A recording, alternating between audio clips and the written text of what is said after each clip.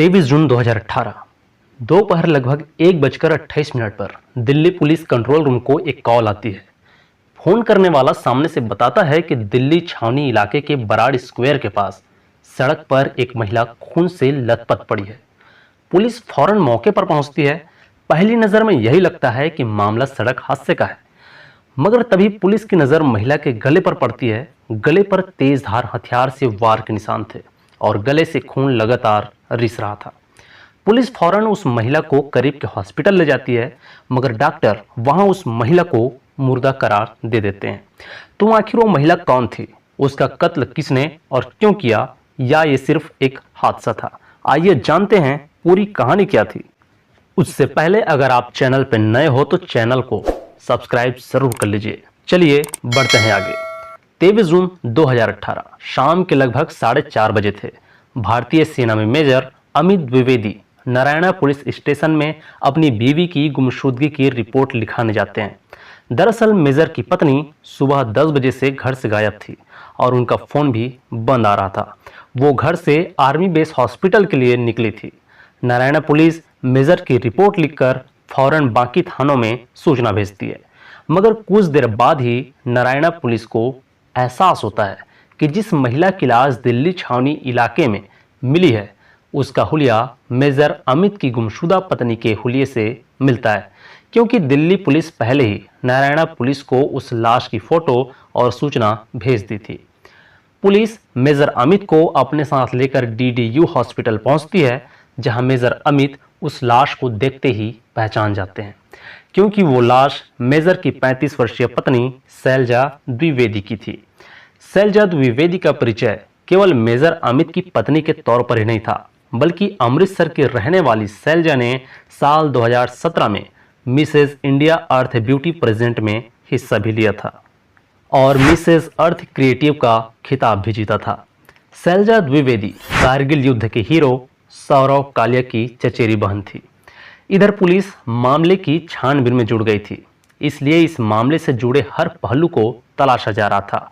शैलजा के गले पर चाकू के निशान देख पुलिस को यह समझ तो आ गया था कि मामला कत्ल का है और कातिल इसे हादसे की शक्ल देना चाहता था। इसलिए उसने चाकू से मारने के बाद शैलजा को कार से बाहर फेंका और फिर उसी कार से कुचलते हुए वो भाग गया था। पर सवाल यह था कि दिल्ली छावनी जैसे बेहद सुरक्षित इलाके में दिन दहाड़े शैलजा का कत्ल किसने और क्यों किया। लिहाजा पुलिस को तफ्तीश की शुरुआत आर्मी बेस हॉस्पिटल से करनी थी, क्योंकि शैलजा सुबह घर से वहीं जाने के लिए निकली थी। शैलजा की एड़ी में तकलीफ थी और आर्मी बेस हॉस्पिटल में उसका इलाज चल रहा था, मगर अस्पताल से पुलिस को पता चलता है कि शैलजा वहां आई तो थी, पर बिना इलाज कराए ही किसी के साथ होंडा सिटी कार में बैठकर चली गई थी। मगर शैलजा के मोबाइल फोन की कॉल डिटेल से पता चला कि उसने आखिरी बातचीत अपने ही घर के अर्दली यानी कि बावर्ची से की थी, जिसे उसने थोड़ी देर में घर लौटने की बात कही थी और साथ ही ये भी कहा था कि अगर उसके पति मेजर अमित घर आ जाए तो वो उसे खाना परोस दे। इसके अलावा कॉल डिटेल से ही पुलिस को एक और नंबर मिला, जिससे हॉल के दिनों में काफ़ी ज़्यादा कॉल किए गए थे, मगर वो नंबर बंद आ रहा था। अब पुलिस को सबूत की तलाश थी, इसलिए पुलिस शैलजा के पति मेजर अमित को लेकर उसी जगह पहुंचती है जहां पर शैलजा की लाश मिली थी। मगर मौका या वारदात पर एक चेहरा देखते ही अमित चौंक जाते हैं। पर इससे पहले मेजर अमित कुछ बोल पाता, वो चेहरा भीड़ से अचानक गायब हो जाता है। उसके गायब होते ही मेजर अमित को कुछ शक होता है और मेजर अमित पुलिस को बताता है कि शैलजा की कातिल को वो जानता है। शैलजा का कातिल कोई और नहीं बल्कि मेजर अमित और शैलजा की जान पहचान वाला ही है।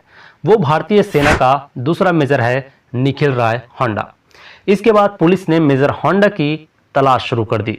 पुलिस ने जब जांच के दौरान मौका या वारदात पर लगे सीसीटीवी कैमरों की फुटेज खंगाली तो शैलजा एक सिल्वर कलर की होंडा सिटी कार में मेजर निखिल होंडा के साथ नजर आई। इसके बाद पुलिस इस कार पर नजर रखनी शुरू कर दी। हत्या के बाद निखिल होंडा अपनी कार में दिल्ली एनसीआर में ही इधर उधर चक्कर काट रहा था। इसी दौरान वो दिल्ली से बाहर निकला और मेरठ की तरफ जाने लगा। जैसे ही उसकी कार दौराला के पास पहुंची, पुलिस को मुखबिर से इस बात की सूचना मिल गई कि मेजर हांडा का कार दिखाई दिया है। एक पुलिस टीम तत्काल मेरठ रवाना कर दी गई। पुलिस की टीम ने खामोशी के साथ वहां दबिश दी और मेजर निखिल हांडा को गिरफ्तार कर लिया।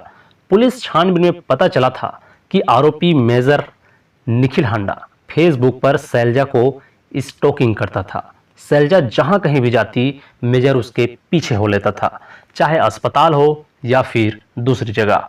वो लगातार शैलजा का पीछा करता था। एक बार तो आरोपी शैलजा का पीछा करते करते अमृतसर भी पहुंच गया था। सीसीटीवी फुटेज से पता चला था कि वारदात से ठीक पहले शैलजा के साथ अस्पताल में जो शख्स दिख रहा था वो मेजर निखिल हांडा ही था। वो भी उस वक्त दीमापुर में ही तैनात था, जहां शैलजा के पति मेजर अमित द्विवेदी भी तैनात थे। मेजर निखिल और मेजर अमित एक दूसरे को करीब से जानते थे।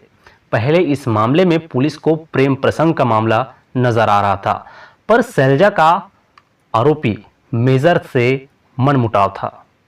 आरोपी पुलिस को बताता है कि वह शैलजा से एक तरफा प्यार में पागल था और उससे शादी करना चाहता था, लेकिन शैलजा ने मना कर दिया था। इसलिए उसने चाकू से गला रेतकर शैलजा की हत्या कर दी और फिर उसकी लाश पर गाड़ी चढ़ाई ताकि मामला सड़क हादसे का लगे। आरोपी मेजर को पटियाला कोर्ट में पेश किया गया, जहां उसने अपना जुर्म कबूल किया। तो ये थी शैलजा द्विवेदी की कहानी आपको कैसी लगी कमेंट बॉक्स में ज़रूर बताइए और चैनल को सब्सक्राइब ज़रूर कर लीजिए।